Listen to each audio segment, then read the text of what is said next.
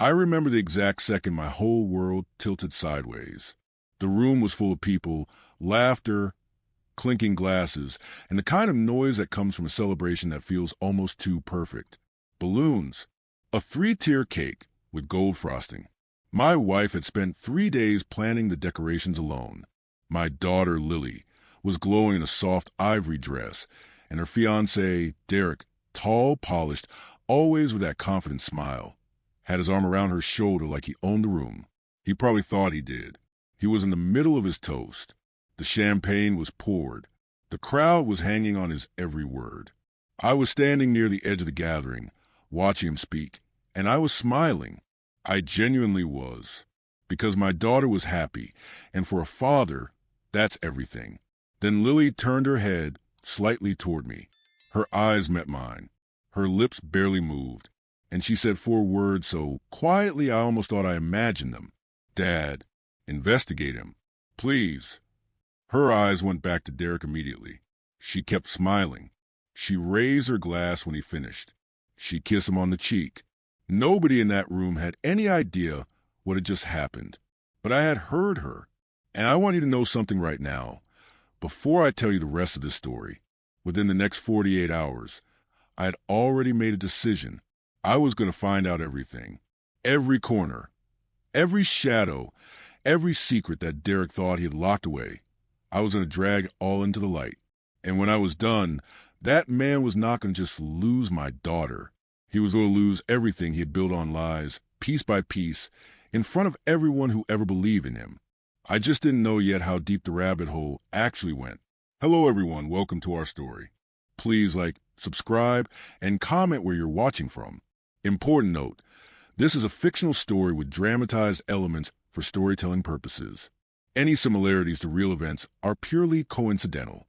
But the lessons about trust, betrayal, and protecting the people you love carry very deep meaning. Now, let's continue with what happened next. My name is Frank Calloway. I am 58 years old. I live in Columbus, Ohio, and I have spent most of my adult life as a quiet man who minded his business, worked hard, and tried his absolute best to raise 2 good kids after their mother and I divorced when they were young. I run a mid-sized construction supply company that my father started and left to me. It is not glamorous work. There is no private jet, no yacht, no magazine cover. But it is solid, it is honest, and over 30 years, I built it into something real. About $4.5 million in annual revenue at our best years, a warehouse on the east side of Columbus, 22 employees, and a reputation in the industry that I am genuinely proud of. My daughter Lily is 29. She works as a pediatric nurse, and she is, without question, the best thing I ever had a hand in creating. I say that with full acknowledgement that her mother did most of the heavy lifting. Lily is sharp, warm, the kind of woman who remembers everyone's birthday and shows up with soup when you're sick. She has a laugh that fills a room. She also has her mother's stubbornness, which has caused me more gray hair than I care to count. My son, Tommy, is 25. He works with me in the business. He is good at it and terrible at folding his shirts. But that is a separate problem. Lily met Derek Harmon about 14 months before the engagement party. He came into her life the way slick things often do. Smooth, fast, and before you had time to really look at him. He was 36, originally from Atlanta, he said, working in private equity investment consulting, which, if I'm being honest, is one of those job titles that sound impressive but means almost nothing until you ask someone to explain it, and then it still means almost nothing. I did not dislike Derek immediately. That is important to say. I gave the man a fair shake. He was well-dressed, well-spoken, and he made Lily laugh. He shook my hand firmly, looked me in the eye, and said all the right things. He called me sir for the first 3 months. He offered to help clear the table at Sunday dinners. He remembered that I liked the Cardinals and brought up baseball scores without being asked. He was good at being likable. That, I would later understand, was not an accident. It was a practiced skill. By month 6 of their relationship, Lily was in love. By month 10, they were living together in a nice apartment on the north side of Columbus that Derek had apparently been renting for about 8 months before he met Lily. By month 13, he proposed at a restaurant downtown. Lily called me that night, crying happy tears. I told her I was happy for her. I meant it. Now, here's the first thing I want to say about my judgment as a father. I trusted Lily's judgment because I had raised her to have good judgment. I watched, but I didn't hover. I asked questions, but I didn't interrogate. I trusted my daughter. What I did not anticipate was that even the sharpest people in the world can be fooled when someone is specifically trying to fool them. If you're listening right now, I want to ask you something. Help me prove something wrong. My mother said I wouldn't even reach 1,000 subscribers. She actually said that, right to my face. But I believe that stories like this one deserve to be heard. Stories about family, about trust, about what happens when you fight back. Help me show her that these stories matter. Hit that subscribe button right now. It costs you nothing, and it means everything. Now back to Frank's story. The engagement party was held on a Saturday evening in late October at a rented hall just outside of Columbus. My current wife, Linda, who Lily adores, had helped Lily plan every detail. There were about 80 people there. Family, friends, co-workers, a few neighbors. The hall smelled like roses and expensive candles and the kind of event catering that is perfectly fine, but nobody will remember in a week. I was proud that night, genuinely proud. I had given a toast earlier in the evening, something short and from the heart, and I had managed not to cry, which I am counting as one of my greatest personal achievements. Derek had saved his toast for later in the evening. By 9 o'clock, the drinks had been flowing for 2 hours. Everyone was loose and happy, and Derek stepped to the center of the room with a glass in hand and the easy confidence of a man who is very comfortable being watched. He talked about Lily. He said the right things, how she changed his life, how she made him want to be better, how he never believed in the kind of love people wrote songs about until he met her. Women were dabbing their eyes. My sister actually said, out loud. Even I felt something soften in my chest a little. The man could talk. I'll give him that. And then Lily turned and whispered to me, Dad, investigate him, please. I did not move. I did not change my expression. I kept a smile on my face like it was painted there. I raised my glass when the toast ended. I said cheers like a completely normal human being who had not just been handed a live grenade.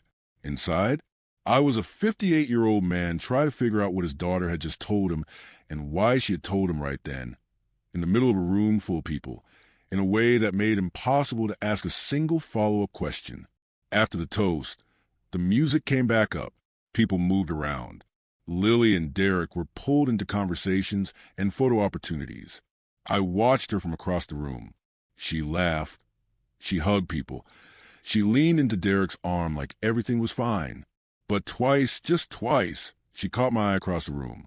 And the look she gave me was not the look of a happy bride-to-be. It was the look of a woman who was scared and needed her father to do something without making a scene. I am a construction supply man from Columbus, Ohio. I am not a spy. I am not a detective.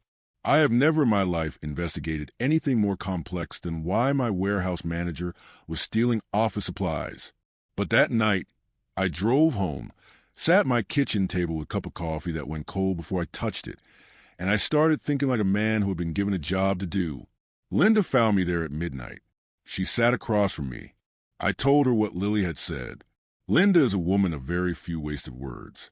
She looked at me for about 4 seconds and said, "Then start digging." So I did. The next morning was a Sunday. Derek's full name was Derek Allen Harmon. I knew that much. I had it from the engagement announcement Lily had sent out. I had his age, 36, and I had Atlanta as his origin, and I had private equity investment consulting as his occupation. I had the name of the firm he supposedly worked for, a company called Harmon Cross Capital Advisors. I had heard him mention it a handful of times. He had even given me a business card once that I had put in my desk drawer and never looked at again. I found that business card on Sunday morning, and I typed the firm name into my computer. The website existed. It had a logo, a professional layout, a stock photo of a city skyline, and about 4 pages of vague content about maximizing investor value and tailored wealth management solutions. There was a team page with 2 names, Derek Harmon, managing partner, and someone named Robert Cross, co-founder. There were photos. professional headshots. Derek's was accurate. It was definitely him. But something felt strange. The website looked modern, but the language was generic. I had spent 30 years reading contracts and proposals, and you develop a feel for things that are real versus things that are assembled to look real. I couldn't explain it, but the website felt like a costume. I called my accountant, Dale Marsh, on Sunday afternoon. Dale has been doing my books for 19 years, and he knows people in the financial industry across Ohio. I asked him to check if Harmon Cross Capital Advisors was registered with FINRA or the SEC, the regulatory bodies that license investment firms in the U.S. are supposed to register with. I kept my voice casual. I told him I was thinking about possibly diversifying some of the business funds, and someone had mentioned the firm. Dale called me back in about 40 minutes. Harmon Cross Capital Advisors was not registered with FINRA. It was not registered with the SEC. It was registered as an LLC in the state of Delaware, which, if you don't know, is the state where you register things when you want maximum privacy and minimal questions. And the registration was only 18 months old. 18 months. Lily had met Derek 14 months ago. I sat with that for a long time. Now listen, I told myself to be careful. Not registered didn't automatically mean criminal. Small consulting operations exist that don't fall under investment advisor registration requirements. There are legal ways to structure these things. I am not a lawyer, and I did not want to accuse a man of something based on a hunch and a Delaware LLC. I had a daughter who loved this man. I had to be sure. So I called my lawyer, a man named Bill Pryor, who had done contract work for my company for 15 years. I asked Bill to run a proper background check on Derek Allen Harmon, age 36, from Atlanta, Georgia. Bill knew people. He said he'd have something for me by Wednesday. In the meantime, I did what any father with Google and too much coffee does at 2 in the morning. I searched. I searched Derek's name. I searched the firm name. I searched combinations: Derek Harmon, Columbus, Ohio; Derek Harmon, Atlanta; Derek Harmon Investment; Derek Harmon Fraud. That last one came up empty, but I noticed that I had typed it without hesitating. My gut was talking to me, and my gut was not optimistic. What I did find, and this took a few hours of careful looking, was a LinkedIn profile for a Robert Cross in Atlanta, Georgia. The same Robert Cross listed as co-founder Harmon Cross Capital. He was described as a serial entrepreneur and private investor. His profile was sparse. Most of his activity was from 2 to 3 years ago. His more recent posts were vague motivational content. But in his connections, buried in the middle of the long list, was a Derek Harmon. I clicked through. Derek's LinkedIn profile described him as managing partner of Harmon Cross Capital Advisors. But here is what caught my eye. In his education section, he listed a business degree from the University of Georgia, graduating in 2011, which would make sense for a 36-year-old. Fine. But in the experience section, right before the current firm, listed as starting only 18 months ago, there was a gap for years of nothing. 2019 to 2022. No employer, no consulting work, no freelance listing. Nothing. People have gaps in their LinkedIn. I know that. But 4 years of nothing, right before you start a private equity firm with a brand new Delaware LLC? I did not sleep well that Sunday night or Monday night. I sat on all of this while I waited for Bill Pryor to come back to me, because I had promised myself I would not walk half-cocked into something this serious. And here is where I have to be honest with you. I almost said something to Lily too early. On Tuesday evening, she called me just to chat. She did that call just to catch up, and I almost broke. I wanted to ask her what she knew. I wanted to ask her what she saw that made her whisper those 4 words to me. But I stopped myself. Because if I showed my hand too early and I was wrong, I would damage something between me and Lily that I did not want to damage. And if I was right, and Derek found out I was asking questions before I had proof, he might run, or worse, he might double down and convince Lily that her paranoid father was seeing ghosts. So I talked about the weather in a movie Linda and I had watched, and I asked her if she needed anything, and I said goodnight. Bill Pryor called me on Wednesday morning at 8:47. I remember the time because I was pulling into the warehouse parking lot, and I sat in the car for 45 minutes after he finished talking. Bill had run the background check through a private investigation firm he used for due diligence on business deals. The report was thorough, and what it found was this. Derek Allen Harmon, born 1988 in Atlanta, Georgia, had a business degree from the University of Georgia. That much was accurate. After college, he worked at two small financial consulting firms in Atlanta between 2011 and 2015. Nothing unusual there. Then in 2016, he moved to Charlotte, North Carolina, where he worked independently. In 2019, he was named as a defendant in a civil lawsuit filed in Mecklenburg County, North Carolina. The lawsuit alleged that Derek had solicited approximately $340,000 in personal investment funds from three individuals, two of them elderly, representing himself as a licensed investment advisor, and had failed to return those funds or provide any legitimate investment documentation. The lawsuit was settled out of court in 2020.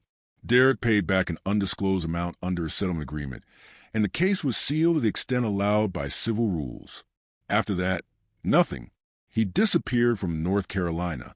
No employment record, no address, nothing until an apartment lease in Columbus, Ohio, beginning in February 2022, 18 months before the engagement party. The 4-year LinkedIn gap was accounted for. My daughter was engaged to a man who had scammed elderly people out of their savings and settled to avoid a public judgment. I sat in that parking lot for a long time. I sat there until my hands stopped shaking. And then I thought about something else, something that had been sitting in the back of my mind since Sunday morning that I had not fully followed up on yet. About 4 months earlier, Derek had come to me with what he described as a casual conversation about the business. He was friendly about it. He framed it as genuine curiosity and family interest. He asked about our revenue model, our major contracts, our banking relationships. I remember feeling slightly odd about the depth of the questions, but I told myself it was just a man trying to understand his future father-in-law's world. I answered some of it. Not everything, but some of it. More importantly, and this is where I felt sick sitting in that parking lot, about 6 weeks before the engagement party, I had added Lily to the business as a secondary account holder on our operating account. My accountant had suggested it as part of a broader succession planning conversation. Lily was listed as a beneficiary and account holder, not an operator, but she had access in theory. Derek would have known that. Lily would have mentioned it. And a man who had spent his career identifying access points would have noticed. I called Bill back. I asked him to look at one more thing. That night, I sat Lily down. Not at a restaurant, not in a public place. I asked her to come to the house without Derek. I told her it was a dad thing, nothing urgent, just wanted to talk. She came over at 7. Linda made herself busy in the other room because Linda has a very advanced understanding of when she is needed and when she is not. Lily sat across from me at the kitchen table, the same table where I had sat with cold coffee 4 nights earlier, and I asked her directly and quietly what made her say those 4 words to me at the party. She was quiet for a moment. Then she let out a long breath. She told me that 3 days before the engagement party, she had used Derek's laptop to print something while her own computer was charging in the other room. She wasn't snooping. She just needed to print a work schedule. When she went to the browser to pull up the printing app, a tab was already open. She didn't mean to read it, but the tab was an email. And the email was from a woman named Patricia, a woman Lily had never heard of. And the email was not the kind of email you write to a business contact or an old friend. It was personal. It referenced a meeting in Cleveland 2 months earlier. It referenced something called the Columbus account. And at the bottom, it said, and Lily remembered this word for word because she had read it 4 times in 10 seconds. When this is done, we can finally stop pretending. Lily had closed the laptop and walked out of the room. She hadn't confronted him. She hadn't said a word. She had spent 3 days building a smile that was strong enough to survive a party, and in the one moment when she was close enough to her father to ask for help without anyone seeing, she had asked. I reached across the table and took her hand. I told her I had already been looking. I told her what I had found. I watched my daughter's face go through 12 different emotions in about 45 seconds. Shock first, then a particular kind of grief that has nothing to do with death, but is very close to it, then anger, then something that looked a lot like relief. The kind of relief you feel when you find out you weren't crazy for feeling something was wrong. She asked me, very quietly, what we were going to do. I told her exactly what we were going to do. And I want you to know, this is where the story stops being about a father's worry and starts being about a father's precision. Because I did not want to just remove Derek from our lives. A man like that, you remove him quietly. He moves on to the next family, the next daughter, the next elderly couple with savings. No, I want to make sure that when Derek Allen Harmon left our lives, he left in a way that made it very hard for him to do this to anyone else. Now, I said there was a plot twist coming. And I need you to stay with me here because what Bill Pryor's investigator found in the second round of research was something none of us had expected. Not me, not Lily, not even Bill, who had seen a lot in 20 years of legal work. Derek was not single. Derek Allen Harmon had been legally married since 2017 to a woman named Vanessa Harmon, née Vanessa Cole of Charlotte, North Carolina. They had never divorced. The marriage license was public record in Mecklenburg County. They had been separated, living in different states, since approximately 2020, right around the time the civil lawsuit was settled. But on paper, in the eyes of the state and federal government, Derek Harmon was a married man. He had gotten engaged to my daughter while being legally married to someone else. That was not just moral betrayal. That was a crime. In the state of Ohio, bigamy, the act of marrying a second person while still legally married to another, is a felony. I sat with that report in my hands, and I thought about Derek standing in that hall with 80 people around him and my daughter's hand in his in the champagne glass raised, and I felt something I can only describe as a cold, focused calm. The kind of calm that comes not from peace, but from knowing exactly what you are about to do. I made 3 calls. The first call was to Bill Pryor. I told him I needed to understand the legal steps required to report a potential bigamy situation to the appropriate authorities in Ohio, and to document the financial solicitation concerns for potential civil and criminal referral. The second call was to my bank. I told them I needed to speak with the fraud and security department and that I had concerns about potential unauthorized access associated with an account holder. Specifically, I wanted to understand whether any third-party login or access attempts had been made on the business operating account in recent weeks. They told me they would audit that within 24 hours.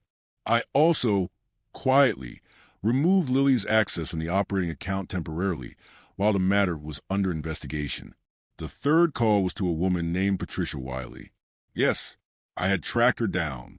Bill's investigator had found her through the email address that partially showed in the tab Lily had seen.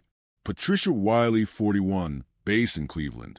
Her LinkedIn profile described her as a financial compliance consultant. She had worked briefly at one of the same small Atlanta firms Derek had been employed at in 2013. I called her on a Thursday morning, and she picked up on the third ring. I told her who I was. There was a long silence. Then Patricia Wiley said, "How did you find me?" I told her I was good at finding things when my daughter was involved. Another long silence. And then Patricia Wiley, who I had expected to be a co-conspirator, said something I had not expected. She said, "I've been trying to figure out how to warn you people for 2 months." Patricia, it turned out, was not Derek's partner in crime. She was his previous target. She had met Derek in Cleveland 18 months ago, before he had fully embedded himself with Lily, when he had pitched her on a private investment opportunity through Harmon Cross Capital. She had given him $85,000. She had never seen a legitimate return. When she began pressing for documentation and threatening to go to regulators, he had gone quiet. The email Lily had seen was Patricia trying to reach Derek to demand her money back through a back channel before she went to authorities. The phrase "the Columbus account" referred to a bank account in Columbus that Derek had apparently used to move funds. The phrase "stop pretending" meant stop pretending the investment was legitimate. Patricia had not gone to authorities yet because she was embarrassed. She was a financial professional who had been fooled, and she was not sure anyone would take her seriously without documentation. She had been sitting on it, trying to get enough proof to make a solid complaint. I told her I had documentation. I told her I had a background check showing the North Carolina lawsuit. I told her I had a marriage certificate proving He was legally married while engaged to my daughter, and I told her that together we had a much stronger case than either of us had alone. She started crying, not from sadness, I think, from relief. We talked for 2 hours. Here is how it came together. And I want to be clear, I did not do anything outside of what is legal and right. I have no interest in being the villain of anyone else's story. What I wanted was the truth to come out in a way that could not be buried by another settlement, another sealed case, another quiet escape to a new city. Bill Pryor connected us with a prosecutor in the Franklin County DA's office who handled financial crimes. Patricia filed a formal complaint against Derek with supporting documentation. Bill submitted a referral on my behalf regarding the potential bigamy situation and the suspicious financial inquiry patterns around my business account. The bank's fraud audit came back with something interesting. There had been 2 attempts to access my business account using login credentials associated with Lily's email address, both from an IP address that was not Lily's home network. The IP address traced back to a coffee shop 3 blocks from the apartment Derek and Lily shared. He had tried to access my company's money. He had tried to do it through Lily without Lily knowing. I did not confront Derek before everything was in place. Lily, to her extraordinary credit, maintained the engagement for 3 more weeks while the legal process built.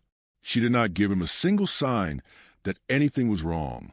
She smiled at dinners and answered his texts and went to bed every night next to a man she now knew was not who he claimed to be, for the sake of not tipping him off before the net was closed. I don't know how she did it. I am not sure I could have.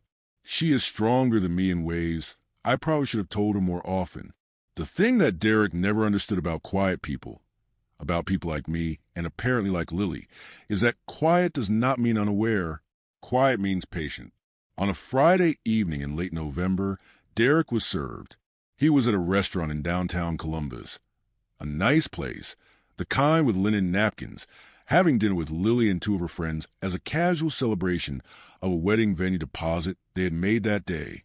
Yes, he had let Lily put a deposit on a wedding venue, using her own money, while he was already married to someone else.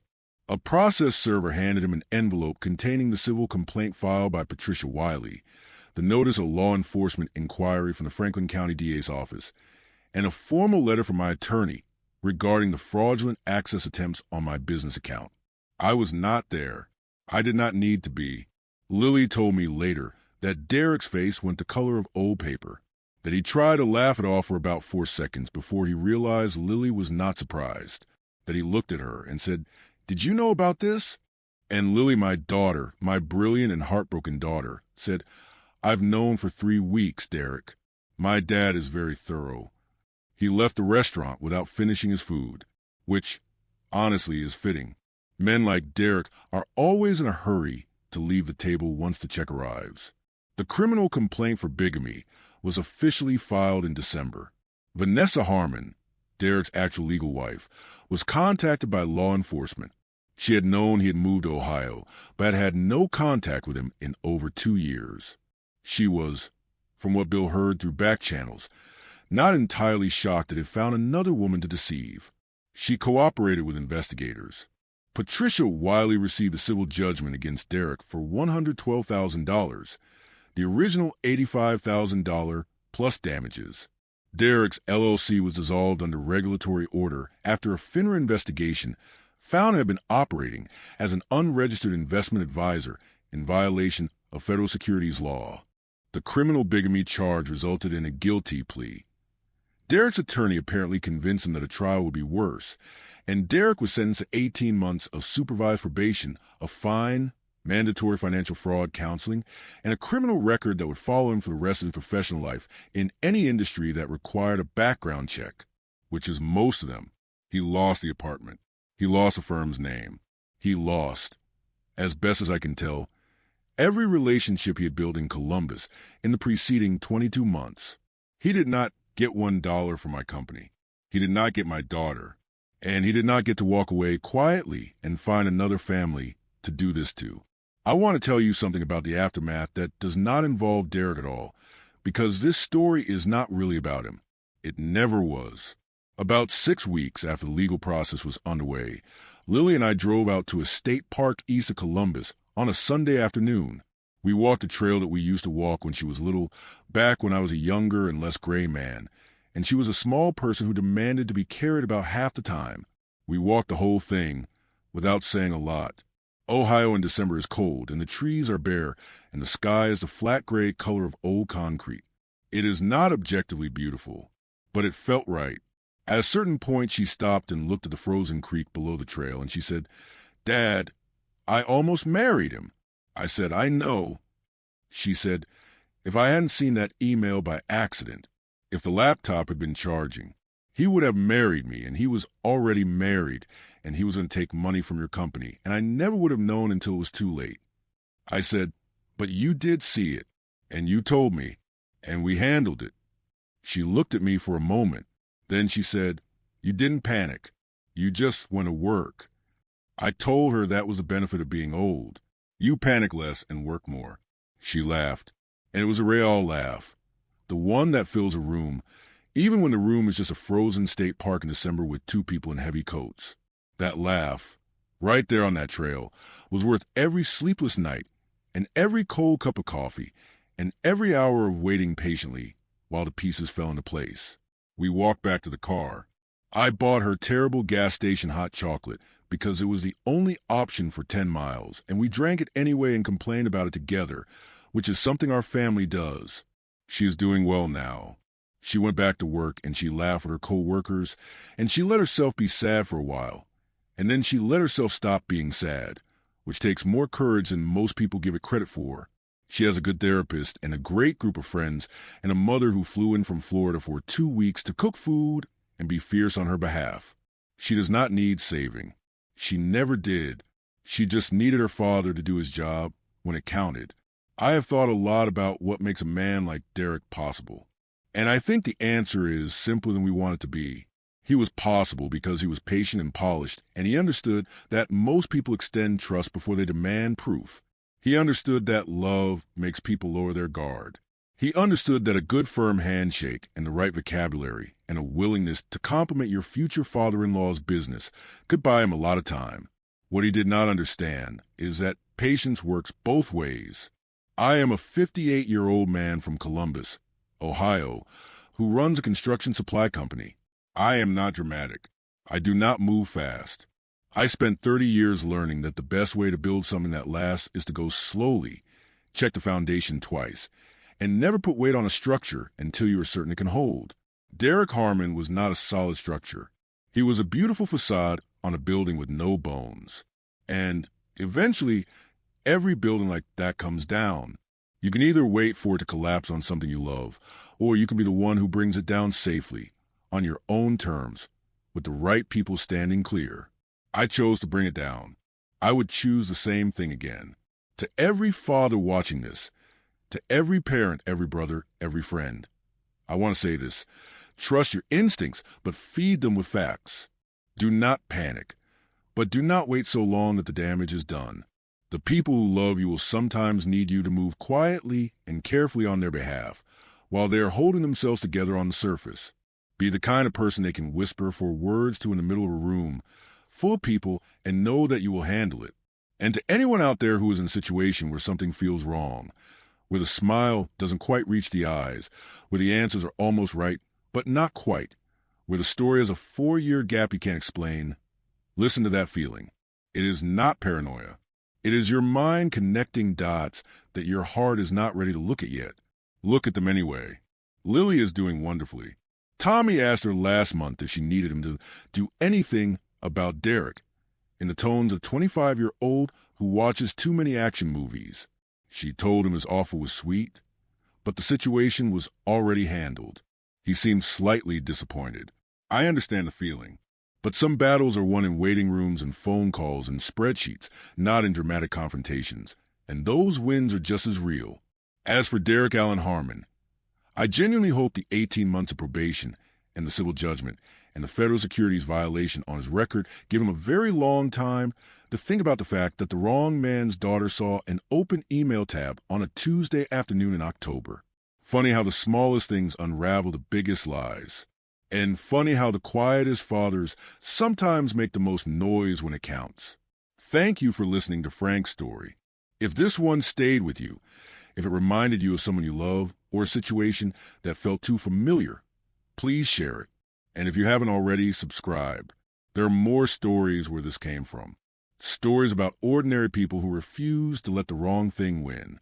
Stay safe, trust carefully, and always, always investigate. If this story moved you, if it made you feel something, drop a comment right now and tell me where you are watching from. I read every single one. Every single one. And I want to know because this channel is growing and I want to see just how far these stories are traveling. To my viewers in the United States, you have been showing up for this channel in a way that genuinely humbles me. Thank you.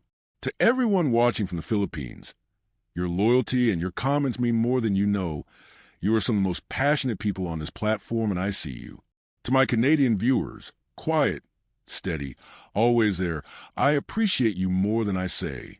And to everyone tuning in from New York specifically, the city that never sleeps, watching stories about people who never give up, that feels right. Share this video with one person today. Just one. A friend, a family member, someone who needs to hear a story about standing up for the people you love. You never know who needs it. And if you haven't subscribed yet, what are you waiting for? Hit that button. New stories are coming, and you do not want to miss what's next. Thank you for watching. See you in the next one.